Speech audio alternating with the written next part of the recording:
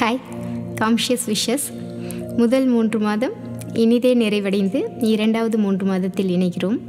முதல் 3 மாதம் எவ்வளோ அழகாக இருந்திருக்கும் அப்படிங்கிறத இப்போ நீங்கள் ஃபீல் பண்ணுறீங்க. அதுக்கு எல்லாமே மனநிலையில் நீங்கள் பண்ண பயிற்சி தான் அப்படிங்கிறது இப்போ தெரியுது.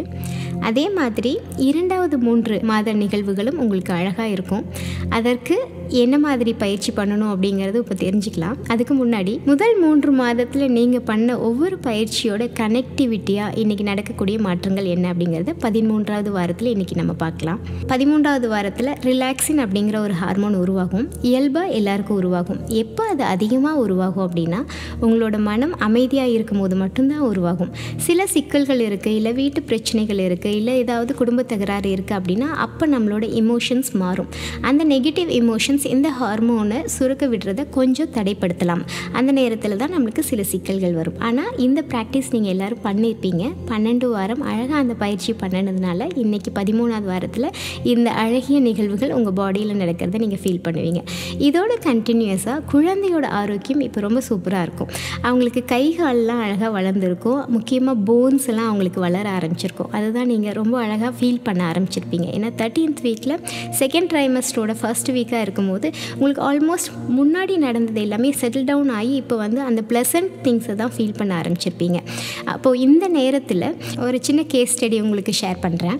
ஒரு ப்ரெக்னென்ட் விமன் எனக்கு கால் பண்ணியிருந்தாங்க. அவங்க சில மன உளைச்சலில் இருக்கிறதா சொன்னாங்க. காரணம் பார்த்திங்கன்னா அவங்களோட கடையில் சேல்ஸ் நடக்க வேண்டியது நடக்காமல் போயிடுச்சு அப்படின்னு சொல்லிட்டு கம்ப்யூட்டர் சேல்ஸ் பண்ணிகிட்ருக்காங்க. அதில் ஒரு நாள் ஒருத்தங்க ஒரு 10 கம்ப்யூட்டர் வேணும்னு கேட்டிருக்காங்க. ஆனால் அவங்களால அதை சக்ஸஸ்ஃபுல்லாக முடிக்க முடியல. அவங்க வேணும்னு சொல்லும் போது குறைந்தபட்சம் 2 மணி நேரம் அவங்க கூட டைம் ஸ்பெண்ட் பண்ணதான் சொல்கிறாங்க. ஆனால் அது வாங்கலை. அதனால் அந்த நாள் முழுக்கவே அவங்களுக்கு தூக்கம் இல்லை. அதுக்கு அடுத்த நாளும் ஒரு மன உளைச்சல், ஸ்ட்ரெஸ் அதிகமாக இருந்ததை ஃபீல் பண்ணி என்கிட்ட ஷேர் பண்ணியிருந்தாங்க. இதுதான் இந்த மாதிரி நம்மளோட ப்ரெக்னன்சியில் ஏதாவது சம்பவங்கள் இருந்துகிட்டே தான் இருக்கும். அந்த நிகழ்வுகளை நம்மளோட மனசுக்குள்ளே எந்த அளவுக்கு வேலை செய்ய விடுறோமோ அதுக்கு தகுந்த மாதிரி பாடியில் சேஞ்சஸ் வரும்.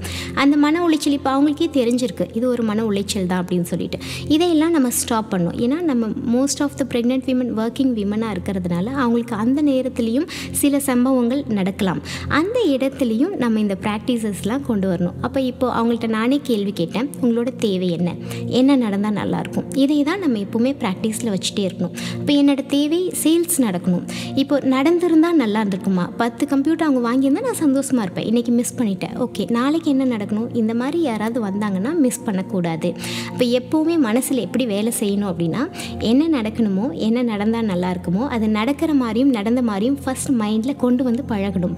அப்போ அவங்களுக்குள்ளே நான் சொன்னது அந்த எனர்ஜியை க்ரியேட் பண்ணுறது. இப்போ இந்த எனர்ஜி வாங்கலைங்கிறத திரும்ப திரும்ப நினைக்கும் போது அதுக்கான எனர்ஜியும் உருவாயிரும்.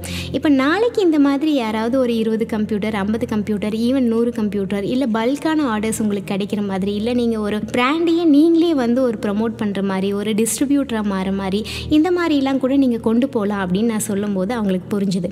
இதுதான் இந்த இடத்துல நான் சொல்ல வேண்டிய பாயிண்ட் என்ன அப்படின்னா எதுக்குள்ளே உங்களோட ஆழ்ந்த விருப்பம் இருக்கோ அது சார்ந்த எனர்ஜி வேலை செஞ்சுட்டே தான் இருக்கும். இதுவும் குழந்தைக்கு வேலை செய்யும். குழந்தைகளை பொறுத்த வரைக்கும் பிறந்ததுக்கு அப்புறம் அவங்களுக்கு எப்போ வேணாலும் அந்த ஆழ்ந்த விருப்பங்கிறத உருவாகலாம். இதுதான் நம்ம ஜென்ரலாக எல்லாருமே சொல்லுவாங்க, எனக்கு இது ரொம்ப பிடிக்குங்க, நான் இதில் தான் ரொம்ப பேஷனேட்டாக இருக்கேன் அப்படின்னு சொல்லிட்டு. ஸோ நம்ம பேஷனேட் அப்படிங்கிறதுக்கு மீனிங் தெரியுமா இல்லையான்னு தெரியல, ஆனால் அதிகமாக நம்ம யூஸ் பண்ணுவோம். ஆனால் எந்த இடத்துல நம்மளோட ஸ்ட்ராங் இமோஷன்ஸ் இருக்கோ அந்த இடத்துல அது நம்மளுக்கு ரொம்ப பிடிச்சமானதாக இருக்கும்.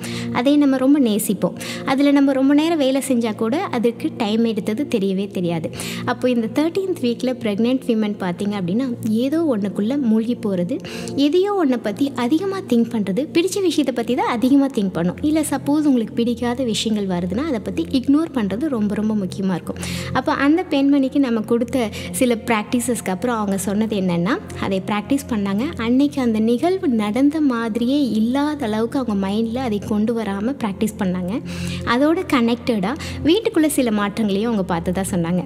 அவங்க ஹஸ்பண்ட் பார்த்திங்கன்னா காலையில் ஆஃபீஸ் கிளம்பும் போதும் ஈவினிங் டைம்லேயும் சில இடங்களில் பதற்றப்படுவார் அப்படின்னு. அப்போ காலையில் இது கிளம்பும் போது அவர் வச்ச பொருள் வச்ச இடத்துல இருக்கணும், இல்லைன்னா சத்தம் போடுறதுனால இவங்களுக்கு ஒரு பதற்றம் உருவாயிட்டு இருந்தது. அதை என்கிட்ட சொன்னாங்க. அந்த பதற்றத்தை இப்போ எப்படி கம்மி பண்ணணும்னு நான் தெரிஞ்சுக்கிட்டேன். அப்போ இந்த இடத்துல ஏதோ ஒரு இன்சிடென்ட் நடந்துகிட்டே தான் இருக்கும். அதை நம்ம மைண்டில் கொண்டு அதுக்கான எனர்ஜி க்ரியேட் பண்ணோம்னா அது முடிஞ்சதுக்கப்புறமும் அது நடந்த மாதிரியே ஒரு ஃபீல் இருக்கும். ஆனால் இப்போ நடக்கும் போதே அதை உள்வாங்காமல் பழகிட்டோம் அப்படின்னா அதுக்கப்புறம் நடக்கக்கூடிய நல்ல விஷயங்களை மனசில் கொண்டு வரதை ப்ராக்டிஸாக வச்சுக்கலாம் அப்படின்றத அவங்க தெரிஞ்சுக்கிட்டாங்க. அப்போ அந்த பேஷண்ட் பற்றி அவங்க சொல்லும் போது சொன்னாங்க, சேல்ஸ் நடக்கணும், சேல்ஸ் நிறையா நடக்கணும், சேல்ஸ் நடந்துகிட்டே இருக்கணுங்கிற மாதிரியான இமேஜஸை அவர் எப்போல்லாம் பதற்றப்படுவாரோ அப்போ வந்து கொண்டு வர ஆரம்பித்தேன். அப்போ நானே என் ஹஸ்பண்ட்டை ஜாலியாக பேச ஆரம்பித்தேன், அவரும் என்கிட்ட ஃபன்னாக இருக்கிறத நான் ஃபீல் பண்ணேன் அப்படின்னு சொன்னாங்க. இதுதான் நம்மளுக்கு ரொம்ப ரொம்ப முக்கியமான விஷயம். இந்த 13th வீக்கில் பார்த்திங்கன்னா ஏதோ ஒன்றுக்குள்ளே நம்ம திங்க் பண்ண ஆரம்பிக்கிறது, எதையோ ஒன்றை பற்றி ஆழ்ந்த விருப்பத்தை உருவாக்குறது. உங்களுக்கு பிடிச்ச விஷயங்களில் தான் இமோஷன் உருவாகும். அந்த மாதிரி உருவாயிருச்சு அப்படின்னா அதிலேருந்து நம்ம வெளியில் வர முடியாது. இதுக்கும் உடல் சார்ந்த மாற்றங்களுக்கும் கனெக்ஷன் இருந்துகிட்டே தான் இருக்கும். ஸோ குழந்தை பிறந்ததுக்கப்புறம் அவங்க எந்த மாதிரியான விளையாட்டுக்களை விரும்பி விளையாடுறாங்க, இல்லை எந்த இடங்களில் அவங்க ரொம்ப நேரம் ஸ்பெண்ட் பண்ணுறாங்க, அதையெல்லாம் நீங்கள் கவனிக்கிறது, அதுக்கு நீங்கள் இம்பார்ட்டன்ஸ் கொடுக்கறதெல்லாம் நீங்கள் சொல்லுவீங்க. ஒரு விமன் அவங்களோட குழந்தையை பற்றி எனக்கு சொல்லியிருந்தாங்க. குழந்தை பிறந்ததுக்கப்புறம் பார்த்திங்கன்னா மண்ணில் குழந்தை ரொம்ப நேரம் விளையாடுவார். இந்த பேஷண்ட் சார்ந்த ஆடியோ நான் கேட்டிருந்ததுனால அவங்க கூட எத்தனை நேரம் அவர் விளையாடுறாரோ வெயிட் பண்ணி அவர் வெளியில் வரும்போது தான் நான் கூட்டிகிட்டு வருவேன், நானாக வந்து கூப்பிட மாட்டேன் அப்படின்னு சொன்னாங்க. அப்போ அந்த குழந்தை பார்த்திங்கன்னா 1 மணி நேரம் கூட அந்த மண்ணில் விளையாண்டுருக்காங்க. அப்போ அந்த தாய் கூட இருந்திருக்காங்க. இது என்ன நடந்தது அப்படின்னா, அவங்க 5 வயசு ஆகும்போது அந்த குழந்தை வந்து மண்ணில் விளையாடுறது, வேறு என்ன பொருட்கள் இருக்கோ அங்கே விளையாடுற போது அம்மாவோட இடையூறு அப்படிங்கிறது இல்லாமல் சப்போர்ட் மாத்திரம்தான் இருந்திருக்கு. இந்த நிகழ்வு பார்த்திங்கன்னா உங்களுக்கு நல்ல ஒரு எக்ஸ்பீரியன்ஸாக இருக்கும்.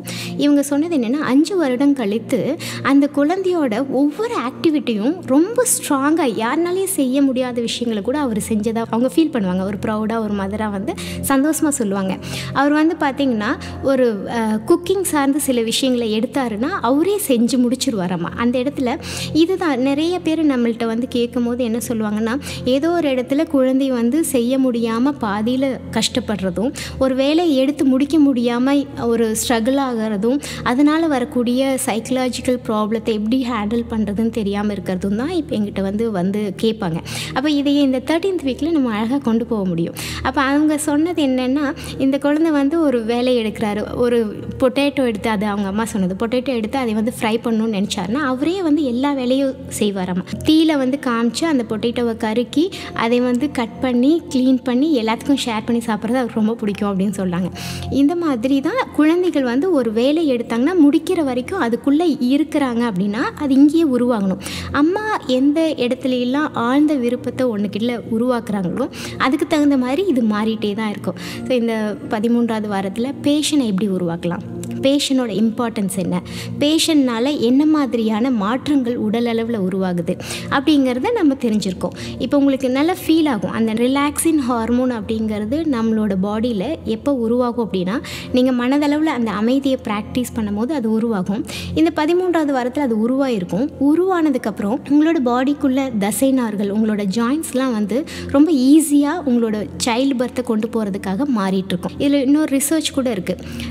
லேபர் டைம் கம்மியாகும் யாருக்கு அப்படின்னா, இந்த ரிலாக்ஸிங் ஹார்மோன் அதிகமாக உருவாகிறவங்களுக்கு. லேபர் டைம் ஒவ்வொருத்தங்களுக்கு ஒவ்வொரு மாதிரி இருக்கும். 2 மணி நேரம் சொல்லுவாங்க, 5 hours சொல்லுவாங்க, நிறைய நேரம் கூட சிலர் சொல்லுவாங்க. ஆனால் ரொம்ப ஷார்ட் டைம்லேயும் நம்மளுக்கு டெலிவரி நடக்கிறதுக்கு வாய்ப்புகள் அதிகமாக இருக்குது. ஸோ அதுக்கான ப்ராக்டிசஸில் இருக்கிறவங்களுக்கு தான் அதை ஃபீல் பண்ணுவாங்க. ஸோ இப்போ இந்த வாரத்தில் நீங்கள் எப்படியெல்லாம் பேஷனை அதிகப்படுத்தலாம், ஒரு விருப்பத்துக்குள்ளே எப்படிலாம் ஆழ்ந்து போகலாம், அதுக்கான பயிற்சிகளை எப்படியெல்லாம் செய்யலாம் அப்படிங்கிறத தான் இப்போ நம்ம பார்த்துட்ருக்கோம். இப்போ நீங்கள் காம்ஷியஸ் ஆடியோவை லிசன் பண்ணும்போது இந்த பேஷனை அதிகப்படுத்த முடியும். பேஷன் அப்படிங்கிறது உங்களுக்கு தெரியும், ஏதோ ஒன்றுக்குள்ளே விருப்பமாக இருப்பீங்க, அதையே நீங்கள் அதிகப்படுத்த முடியும்.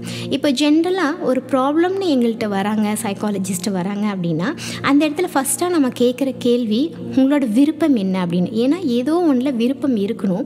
விருப்பம் இருந்தால் மட்டும்தான் நம்ம அதுலேருந்து ஒர்க் பண்ணி அவங்கள மென்டலி ஸ்ட்ராங்காகவும் அவங்கள ப்ளசண்ட்டாகவும் ஹாப்பியாகவும் மாற்ற முடியும். அப்போ அந்த விருப்பங்கள் இன்றைக்கி 13th வீக்கில் நீங்கள் இன்னும் அதிகமாக உருவாக்கலாம். கண்டிப்பாகவே நிறைய விருப்பங்களை வச்சுருப்போம். ஜென்ரலாகவே நம்மளுக்கு சில விஷயங்கள் பிடிக்கும். இந்த வாரத்தில் எப்படியெல்லாம் நம்ம ப்ராக்டிஸ் பண்ணணும்னா, ஒவ்வொரு விஷயத்தையும் ரசிக்கிறது, சாப்பிட்றதுனா அதை ரசிக்கிறது, ஜாலியாக நடக்கிறது, ஒரு ஈவினிங் வாக் போகிறீங்க ஒரு 6 o'clock அப்படின்னா அதை ரசிக்கிறது, என்ஜாய் பண்ணுறது, அதை ரொம்ப உங்களுக்குள்ளே ஒரு ஸ்ட்ராங் ஃபீலிங்கை க்ரியேட் பண்ணி அதை உங்களுக்குள்ளே கொண்டு போகிறது, அதெல்லாம் வந்து நீங்கள் ஒரு பேஷனாக நீங்களே உருவாக்கி பார்க்கலாம். உங்கள் மனசுக்குள்ளே ப்ராக்டிஸாக கொண்டு வரலாம். அதுக்கப்புறம் உங்களுக்கு ஏதாவது சின்ன சின்ன ஒர்க் பண்ண பிடிச்சிருக்கும், பேபிக்காக ஒரு ஸ்டோரி படிக்கிறீங்க, ஒரு ரைம்ஸ் படிக்கிறீங்க, அதுக்குள்ளே பாசிட்டிவ் இமோஷன்ஸை கொண்டு வந்து படிக்கிறது, ஃபீல் பண்ணி ஹாப்பியாக அந்த ஸ்டோரிக்குள்ளே ஒவ்வொரு கேரக்டரையும் நீங்களே உள்வாங்கி அது பேபிக்கு வந்து இன்னும் ஒரு ப்ளசன்ட்னஸை அதிகப்படுத்தும். அதே மாதிரி நீங்கள் யார்கிட்டயா பேசுகிறீங்க, இப்போ உங்கள் ஹஸ்பண்ட்டை பேசிகிட்ருக்கீங்க, இல்லை உங்கள் இன்லாஸ்ட்டை பேசுகிறீங்க, உங்களுக்கு பிடித்தமான நிகழ்வுகளாக இருந்தால் மனசில் நிறைய தடவை ஓட விட்டு பார்க்கலாம், சிரிக்கலாம், சந்தோஷமாக இருக்கலாம். அதெல்லாமே வந்து பார்த்திங்கன்னா உங்களோட அந்த விருப்பங்களில் அதிகப்படுத்துறதுனால உங்களோட பாடியில் உங்களுக்கு இனிமே அது வந்து ஒரு நல்ல விதமான ஹார்மோன்ஸை உருவாக்கி கொடுக்கும். உங்களுக்கு ரொம்ப இனிமையாக இருக்கிறத நீங்கள் ஃபீல் பண்ணுவீங்க. ஸோ இந்த பயிற்சியோட நிறைவாக நீங்கள் காம்ஷியஸ் ஆடியோவை கேட்டு அதை ப்ராக்டிஸ் பண்ணி அதுக்குள்ளே நடக்கிற மாற்றங்களை அடுத்த வாரம் எப்படியெல்லாம் இன்னும் நீங்கள் டீப்பாக கொண்டு போகலாங்கிறத நம்ம பார்க்கலாம். Have a conscious week.